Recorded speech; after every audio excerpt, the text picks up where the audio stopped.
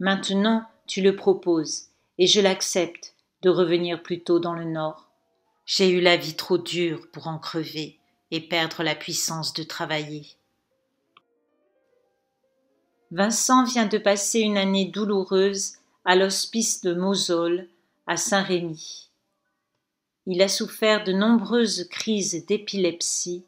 Il ne supporte plus son environnement de toqués et de bonnes sœurs. Sa santé mentale l'inquiète. Il se sent comme dans une prison. Il s'est représenté en prisonnier et en Christ mort.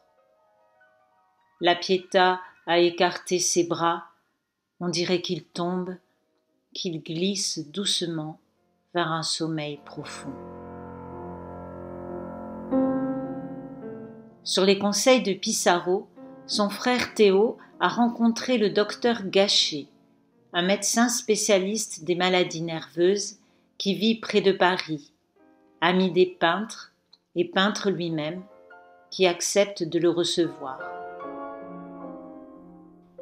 Le 17 mai 1889, Vincent prend le train pour Paris. Théo, inquiet, vient l'attendre à la gare de Lyon. Préoccupé par le voyage de Vincent, il n'a pas dormi de la nuit. Les retrouvailles sont joyeuses. De là, un fiacre les conduit au nouveau domicile de Théo, cité Pigalle. Vincent est heureux de voir son filleul. Il s'attendrit longuement sur son berceau, mais déplore néanmoins toutes les dentelles qui l'entourent. Le lendemain matin, levé de bonne heure, il déroule ses peintures du Sud, les unes après les autres. Il les redécouvre. Souvent, à peine sèches, il les envoyait à Théo.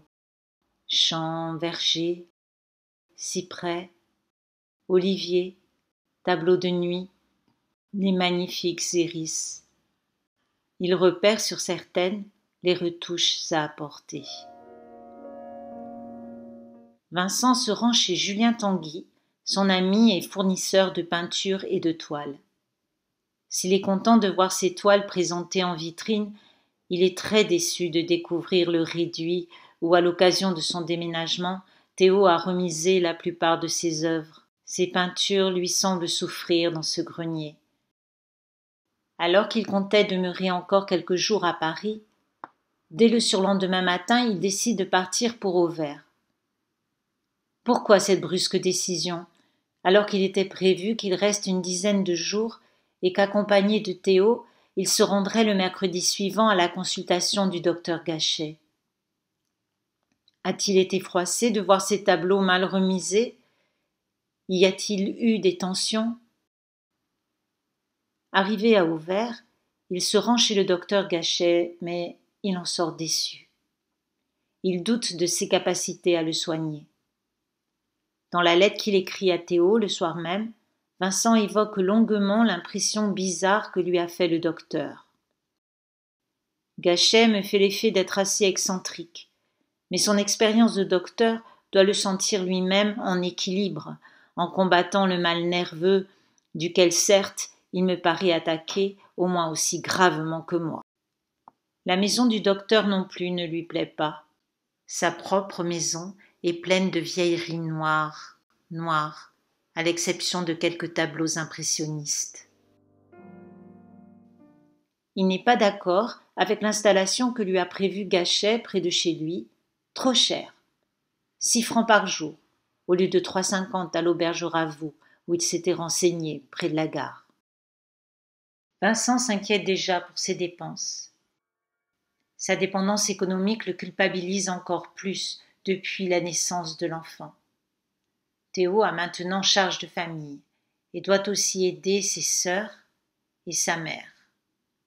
De plus, il a des problèmes avec ses patrons qui le tiennent à court et envisage de les quitter pour s'installer à son compte. Cet argent aléatoire n'a cessé d'être un souci pour Vincent.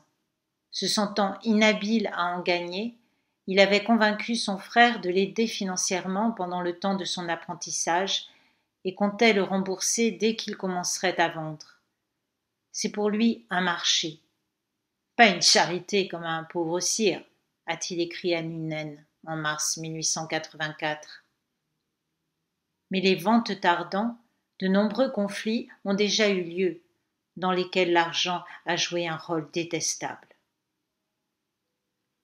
Le lendemain, mercredi 21 mai, il part à la rencontre des beaux motifs. Les chaumes, vus la veille en allant chez Gachet, l'attirent. C'est gravement beau, c'est le cœur de la campagne, distinctif et pittoresque. Ce premier jour, il peint une étude de vieux toits de chaume avec sur l'avant-plan un champ de pois en fleurs et du blé, fond de colline, précédé probablement de quelques dessins préparatoires. Dans ce dessin et ce tableau, rien n'est immobile. Le vallonnement des sols répond à celui des collines, des nuages, des fumées, et même à celui des maisons. Quelques jours plus tard, le dimanche, il voit Gachet, qui l'invite à déjeuner chez lui le mardi. Ils passent une partie de l'après-midi ensemble, échangeant leurs points de vue probablement très proches. Gachet est un ami de Pissarro, un mentor pour Vincent. J'ai trouvé dans le docteur Gachet un ami tout à fait. Il a perdu sa femme il y a quelques années, ce qui a contribué à beaucoup le casser. Il me paraît très raisonnable, mais est aussi découragé dans son métier de médecin de campagne que moi de ma peinture. Alors je lui ai dit que j'échangerais volontiers métier pour métier. Ils prennent rendez-vous pour le mardi suivant, où Gachet viendra après déjeuner voir ses toiles à l'auberge. Les jours suivants, Vincent continue à faire des études très différentes du village, quelques ruelles et d'autres maisons à toit de chaume. Dans l'arrière-salle qui est mise à la disposition des peintres, Vincent sèche et retouche ses toiles. Il y peint aussi les jours de pluie. C'est là que Gachet découvre le mardi 27 mai ses dernières toiles d'Auvers, mais aussi celles ramenées avec lui de Saint-Rémy. Si la Pietà d'après Delacroix plaît beaucoup à Gachet, le dernier autoportrait de Saint-Rémy l'enthousiasme. Monsieur Gachet est absolument fanatique pour ce portrait et veut que j'en fasse un de lui, si je peux absolument comme cela, ce que je désire faire aussi. Il dessine un vieux vignoble, puis une étude de marronnier blanc et une de marronnier rose. Le personnage à gauche de la peinture, probablement Vincent, semble en route, avec son attirail sur le dos, rappelant le peintre sur la route de Tarascon. Sur le trottoir en face, 3 silhouettes féminines à robes longues et ombrelles rappellent un de ses premiers dessins faits à la haie quand il avait 20 ans. Son frère lui apprend que son tableau « La vigne rouge » a été vendu à Miss Bock, sœur d'un ami dont il a fait un portrait et secrétaire des Vintistes, l'association artistique belge d'avant-garde. Cet achat montre l'intérêt qu'il commence à susciter au-delà de la France. Vincent se sent beaucoup mieux et se plaît à Auvers. Il y a beaucoup de bien-être dans l'air. J'y vois ou crois y voir un calme à la Puvie de Chavannes, pas d'usine, mais de la belle verdure en abondance et en bon ordre. Je me sens heureux de ne plus être si loin de vous tous et de nos amis. Le dimanche suivant, invité à déjeuner chez Gachet, il fait la connaissance de sa fille Marguerite, qui a 21 ans, et de son fils Paul, 17 ans. Il peint ce jour-là une toile particulièrement lumineuse, un aloès avec des soucis et des cyprès, puis des roses blanches, des vignes et une figure blanche dedans. Au centre du jardin fleuri, la figure blanche, c'est Marguerite, dont Vincent est très désireux de faire le portrait. mais Gachet veut d'abord le sien. Dans la semaine, il reçoit une lettre très gentille de Théo qui dit qu'il envisage de venir passer quelques jours à Auvers avant d'aller en Hollande voir sa famille. En réponse, Vincent lui dit qu'il travaille sur le portrait de Gachet avec une expression de mélancolie et qu'il a hâte de faire les portraits de Jo et du petit et qu'il aimerait bien trouver une maison à louer qui pourrait être un pied-à-terre à la campagne pour Théo et sa famille. Je n'ai toujours rien trouvé d'intéressant comme atelier possible, et pourtant il va falloir que je prenne une chambre pour mettre les toiles qui sont en surplus chez vous et qui sont chez Tanguy, car ils ont encore besoin de beaucoup de retouches. Mais de toute façon, je vis au jour le jour, il fait si beau. Et ma santé est bonne, je me couche à 9 heures, mais je me lève à 5 heures la plupart du temps. Il peint l'église du village et une belle série de bouquets de fleurs, des toiles lumineuses et colorées où son bien-être est sensible. Le dimanche suivant, le 8 juin, Théo et sa famille viennent passer la journée à Auvers. Ce jour-là est un grand jour. Vincent est heureux de retrouver son frère, sa belle-sœur et surtout son filleul qu'il porte sur ses épaules et lui fait visiter la basse-cour de Gachet. Ce mois de juin est un des plus beaux de sa vie. Il est heureux et sa peinture s'en ressent. Dimanche m'a laissé un souvenir très agréable. De cette façon, nous sentons vraiment que nous ne sommes pas si loin l'un de l'autre et j'espère que nous nous reverrons souvent. Il peint 2 études de maison dans la verdure qui indiquent son besoin de s'installer. D'autant qu'il a reçu une lettre de ses amis Ginou, propriétaire de café d'Arles, disant qu'elle s'occupe de lui envoyer ses meubles. Il écrit à sa mère qu'il est heureux d'avoir vu le bébé, Théo et Jo, qu'ils ont l'air bien. Dans un mot à sa sœur, il décrit les paysages qu'il vient de peindre. Hier, sous la pluie, j'ai peint un grand paysage vu d'en haut, dans lequel il y a des champs à perte de vue, des peupliers, et une dernière ligne de collines bleues à l'horizon, au bas duquel passe un train, laissant derrière lui une immense traînée de fumée blanche dans la verdure. Une route blanche traverse la toile. Sur la route, une petite calèche et des maisons blanches aux toits rouges vifs bordent cette route. Il y a un autre paysage avec des vignes et des prairies au premier plan, les toits du village et un autre avec rien d'autre qu'un champ de blé vert qui s'étend jusqu'à une villa blanche entourée d'un mur blanc avec un seul arbre.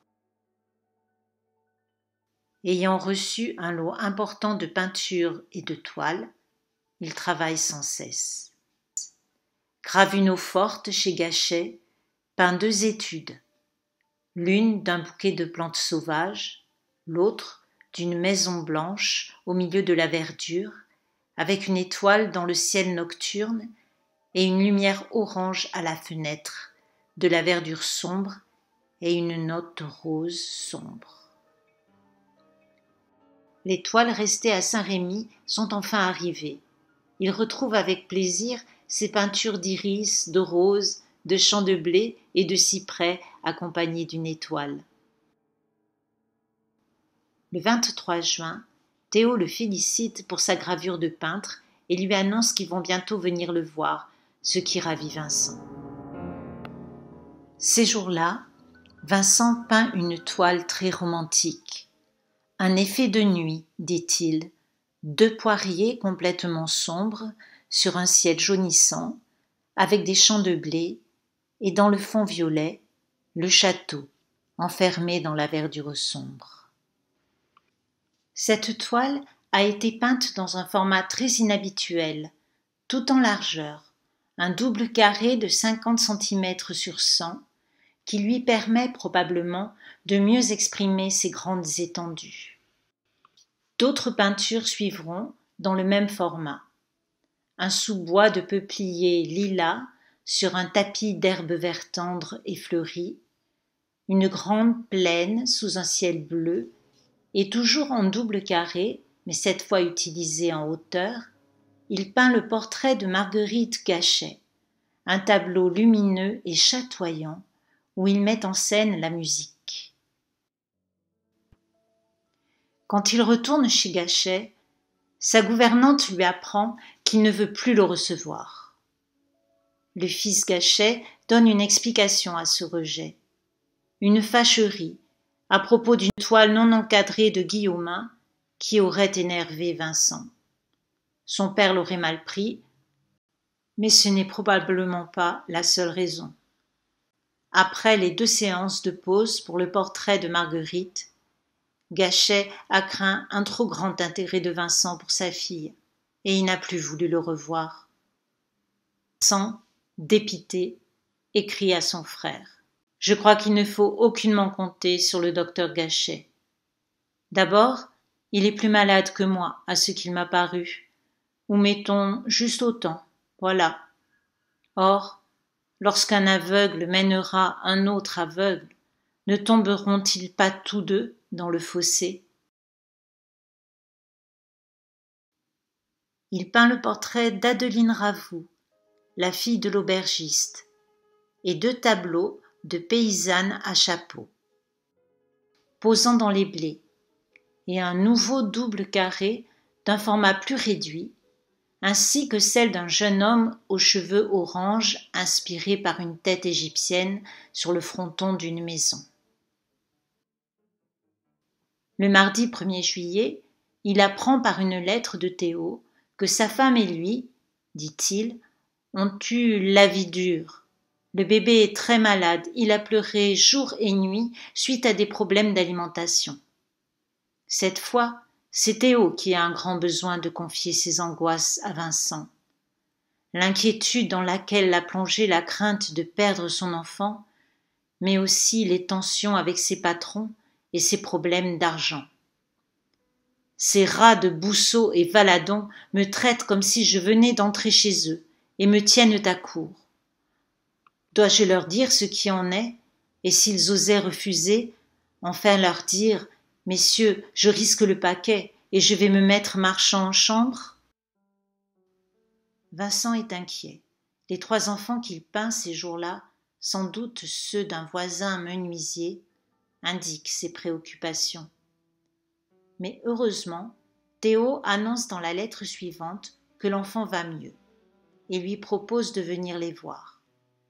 « Viens donc si tu veux dimanche avec le 1er train. Tu resteras chez nous tant que tu voudras et tu nous donneras conseil pour l'arrangement de notre nouvel appartement. » Le dimanche 6 juillet, Vincent, rassuré, se rend à Paris. Mais on repart le soir même. Cette terrible journée va entraîner des blessures affectives dont il ne se remettra pas. Que s'est-il passé? Arrivé par le train du matin, il déjeune chez son frère en compagnie de Toulouse-Lautrec, Aurier, Dries Banger, le frère de Jo, son épouse et une amie peintre hollandaise. Mais après le repas, une vive discussion à propos de l'avenir de Théo qui envisage de quitter son travail chez les Bousseau oppose Vincent et Dries. Vincent apprend aussi ce jour-là que Théo a décidé d'accompagner Jo et le bébé en Hollande dès le samedi suivant. Très désappointé, il se rend comme prévu chez Tanguy, où il a rendez-vous avec l'Australien Walpole Brooke, qui vient voir ses œuvres.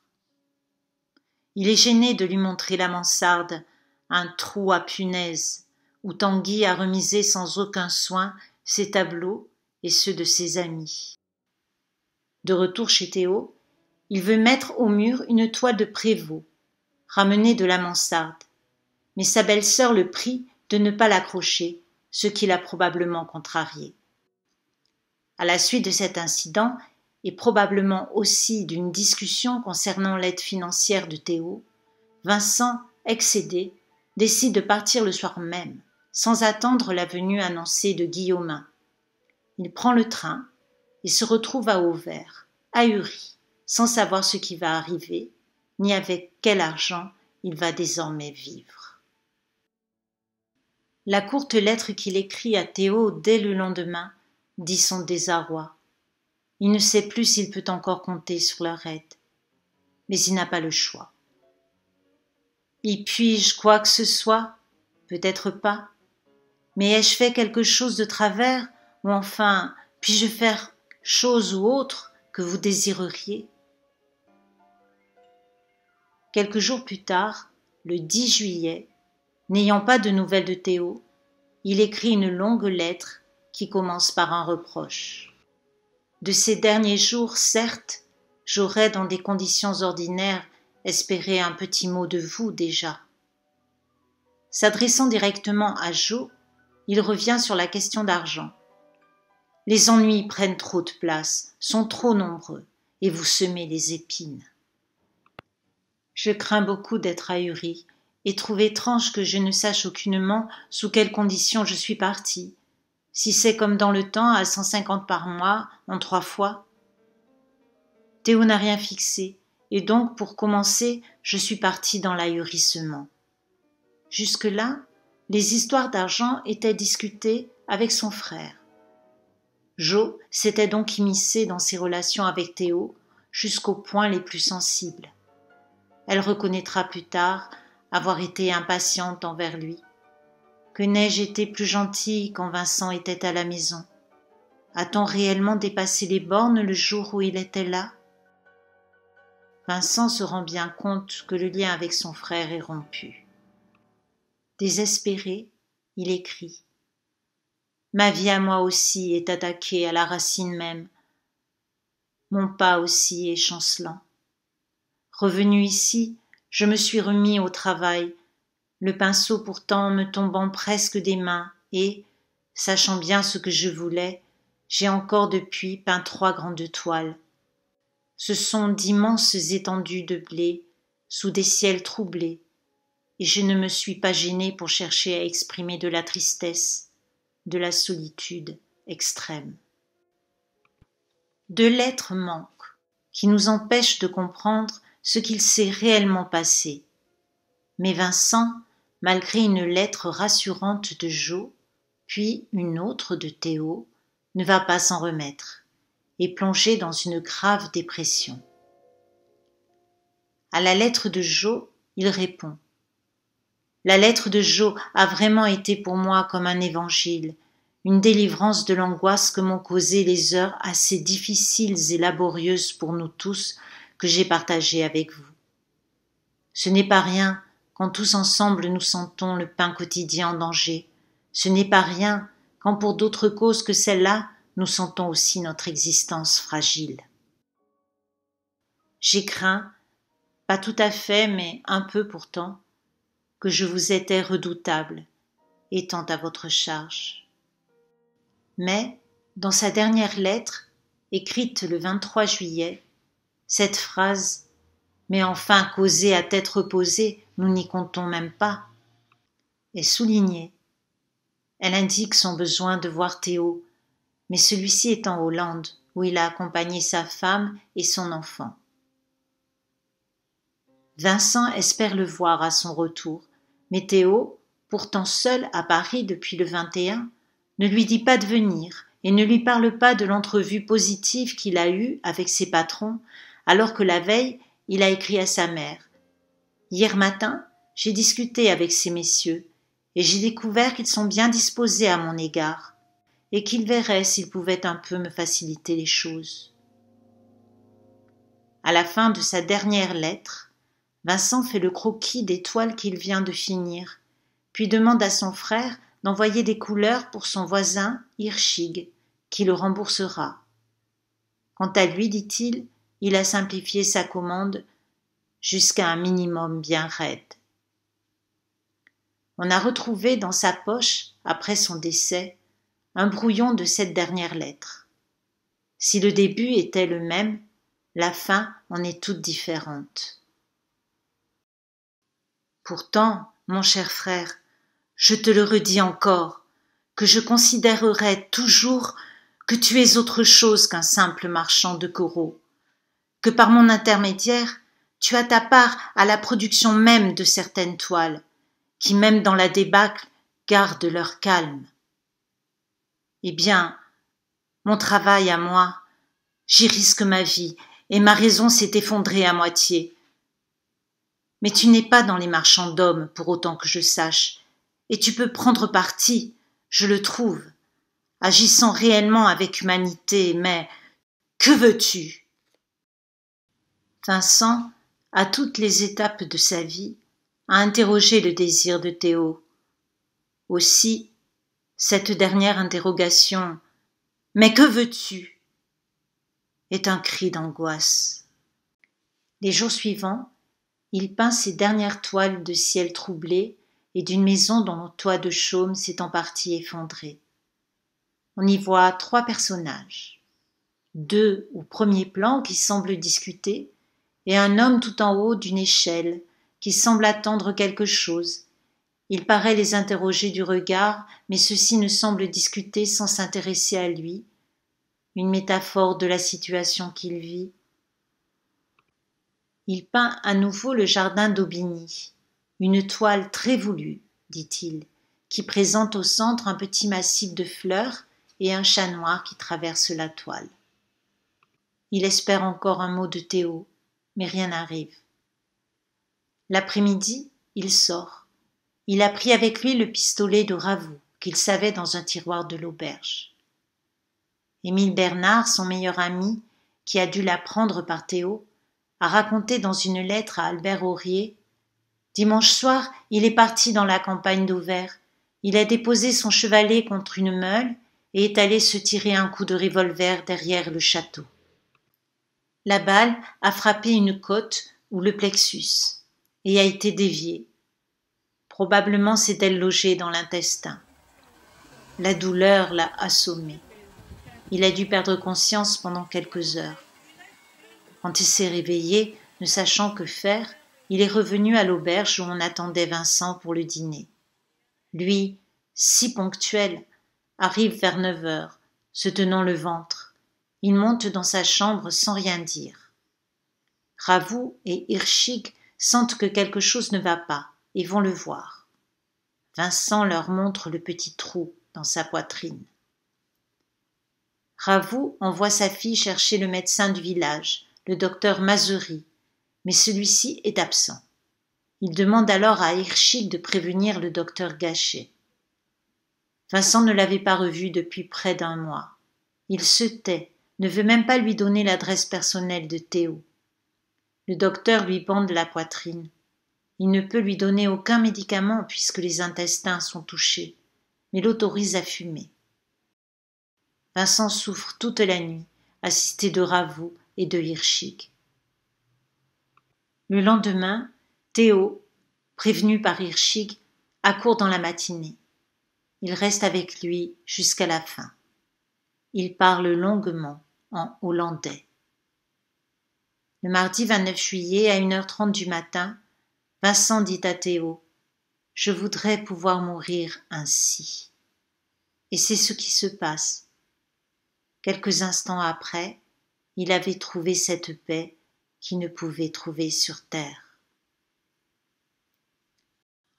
À travers ce qu'en a rapporté Théo, on peut entendre les derniers mots de Vincent, la tristesse de sa vie.